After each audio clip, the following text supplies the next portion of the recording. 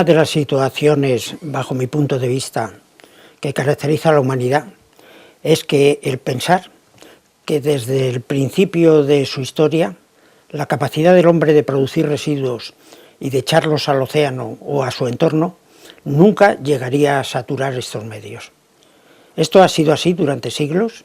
y prácticamente la contaminación sobre el océano, la actividad del hombre ha sido muy relativa. Lo que ha ocurrido últimamente es que nos hemos enfrentado de repente a una sociedad totalmente industrializada, con una población que ha aumentado exponencialmente y en la cual la capacidad de producir residuos está inundando hasta saturarlo el medio marino. Nosotros nos enfrentamos en estos momentos a una sociedad en la cual el Sol, como todos ustedes conocen, es un cuerpo que se encuentra a 6.400 grados Kelvin, produce la luz que llega a la Tierra, la atmósfera es transparente a la luz del Sol, que es prácticamente el espectro visible, se calienta la Tierra y devuelve hacia el espacio una radiación que está en otro término de longitud de onda que ya no puede atravesar la atmósfera. Esa radiación que no puede salir hace que aumente la temperatura del planeta y es lo que nosotros llamamos ahora cambio climático. La pregunta, a mi modo de ver, lógica, es preguntarse qué es lo que ha hecho en este planeta que la radiación que produce y debía perderse en el espacio vuelva otra vez al planeta, y es la actividad industrial. Nosotros estamos produciendo anhídrido carbónico. El anhídrido carbónico tiene una sección eficaz suficientemente elevada para impedir la salida de la radiación en el campo del infrarrojo y eso está calentando continuamente el planeta. Pero además hay otro efecto. El anhídrido carbónico, por las lluvias, se transmite a los océanos y entonces en los océanos está aumentando la acidez. De tal manera que no solo hay un cambio de temperatura dentro del ambiente, sino que además la acidificación de los océanos está impidiendo y está afectando a muchas otras especies, no solo peces, sino fundamentalmente corales, produciendo una serie de enfermedades, prácticamente podemos llamarlas así, que está produciendo el desarrollo de una contaminación en el océano de la cual no hay precedente. Hoy en día el océano en su gran extensión se encuentra contaminado directamente, no solo por el plano industrial, sino muchas veces por productos agrícolas, que sin ser muchas veces consciente de lo que ello produce, las lluvias torrenciales lo pasan a los ríos y de los ríos llegan a los océanos y allí se producen una serie de elementos perturbadores de origen químico que afectan prácticamente a toda la estructura ecológica que compone la vida marina. Nosotros no debemos olvidar, bajo mi punto de vista, una situación que creo que es extraordinariamente importante. Nosotros vivimos en un planeta y el planeta en sí forma todo un sistema. El planeta está intercomunicado y está intercomunicado a través fundamentalmente de dos medios. Por un lado está la atmósfera, por otro lado está el océano. Las corrientes marinas, si nosotros somos conscientes, se inician por procesos muy simples y se inician fundamentalmente, por ejemplo, en el mar de Weddell, en el océano Antártico, donde los grandes vientos que se producen en el invierno antártico, donde alcanzan velocidades de 300 km por hora, producen la ruptura de la banquisa en zonas donde las temperaturas alcanzan hasta los 80 grados bajo cero. Inmediatamente que se produce la apertura del océano, se congela, pero la sal queda en el hielo, con lo cual nosotros pasamos a tener una composición del agua marina en la cual, al estar enriquecida por la cantidad de sal que se ha perdido al formarse el hielo de agua dulce, nos encontramos con que ese agua se hunde,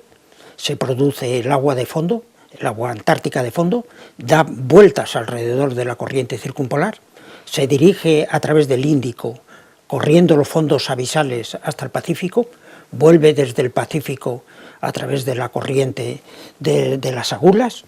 dobla el Cabo de Buena Esperanza en la corriente de Benguela y sube luego posteriormente con la corriente de Brasil y del Golfo hasta las latitudes septentrionales más elevadas.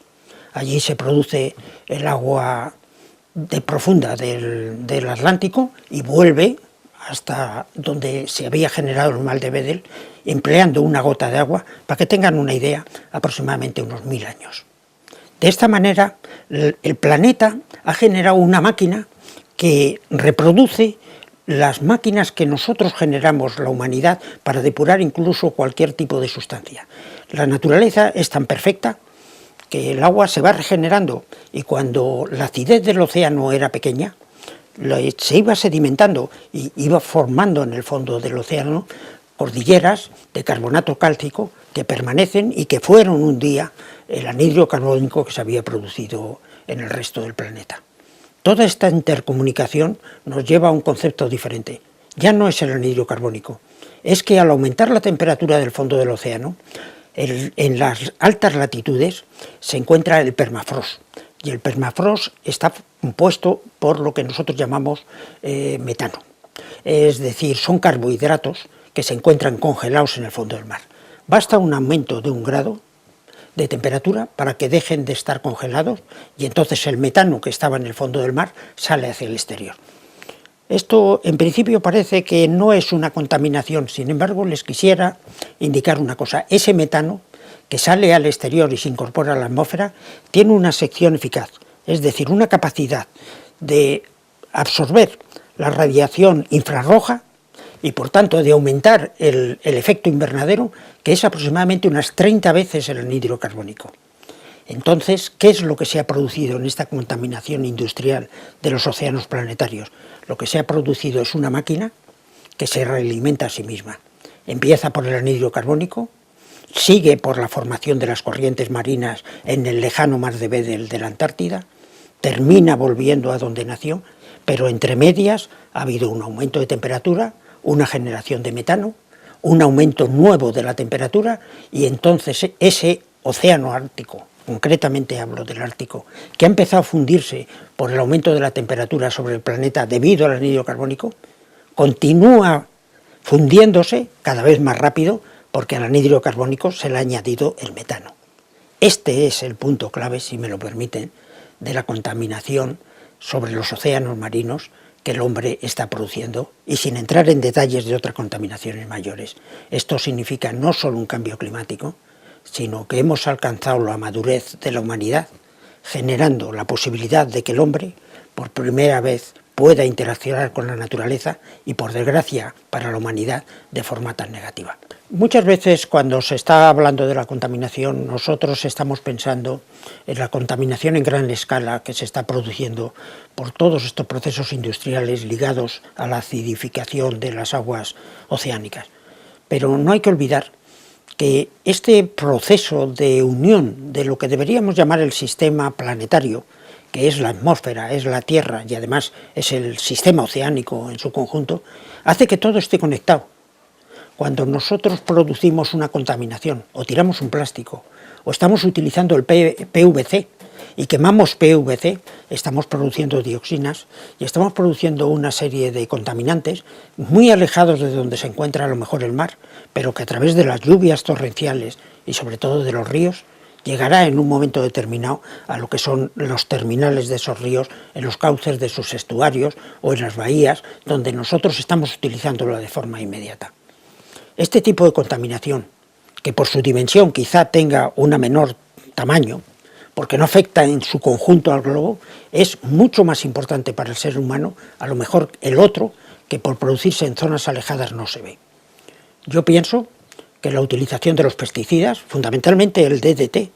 que fue extraordinariamente dañino, hubo una época en que se consideró que el DDT era la solución para las plagas dentro de lo que se consideraba un herbicida muy poco dañino,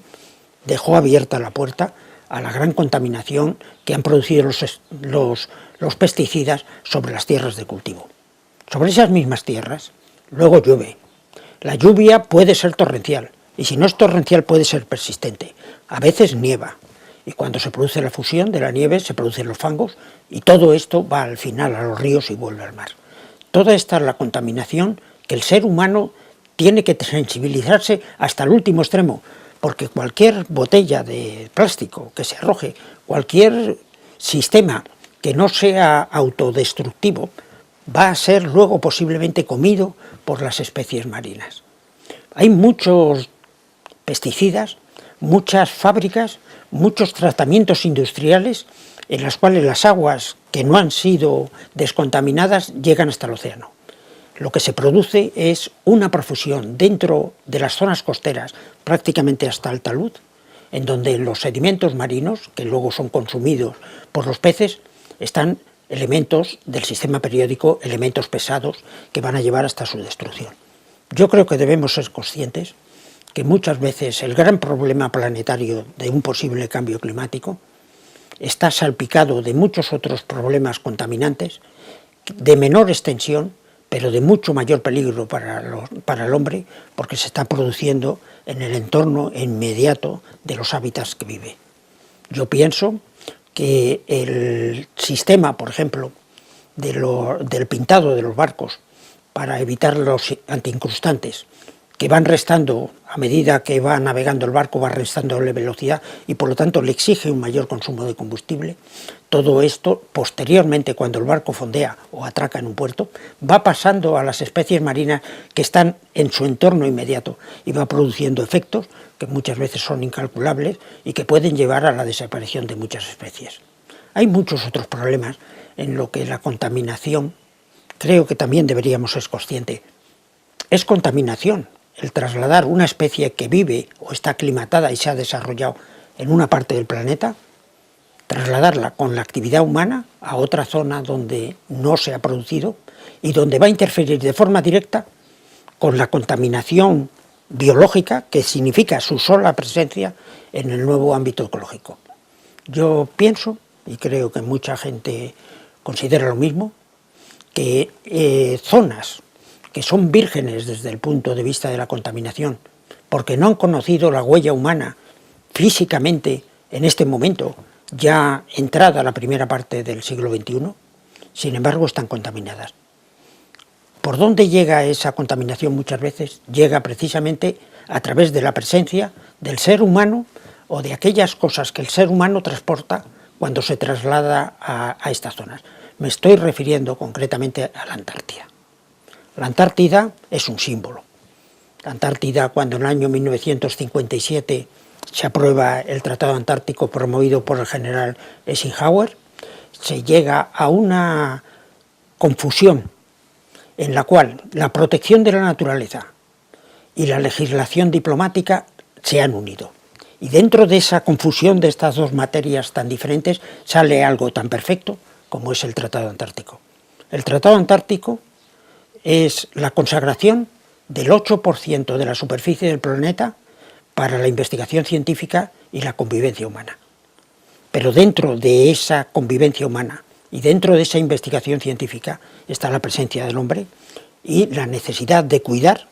que este nuevo hábitat que el Tratado Antártico trata de defender no sea precisamente agredido porque estemos introduciendo especies que están más allá de donde han nacido, donde se han desarrollado y se han aclimatado, y sin embargo son más fuertes que aquellas especies muy delicadas que nunca han tenido contacto ni con el hombre ni con otras especies y que habitan en el hemisferio sur muy alejados y en las proximidades del polo. Me refiero concretamente al sur de los 60 grados, que es la zona protegida del Tratado Antártico.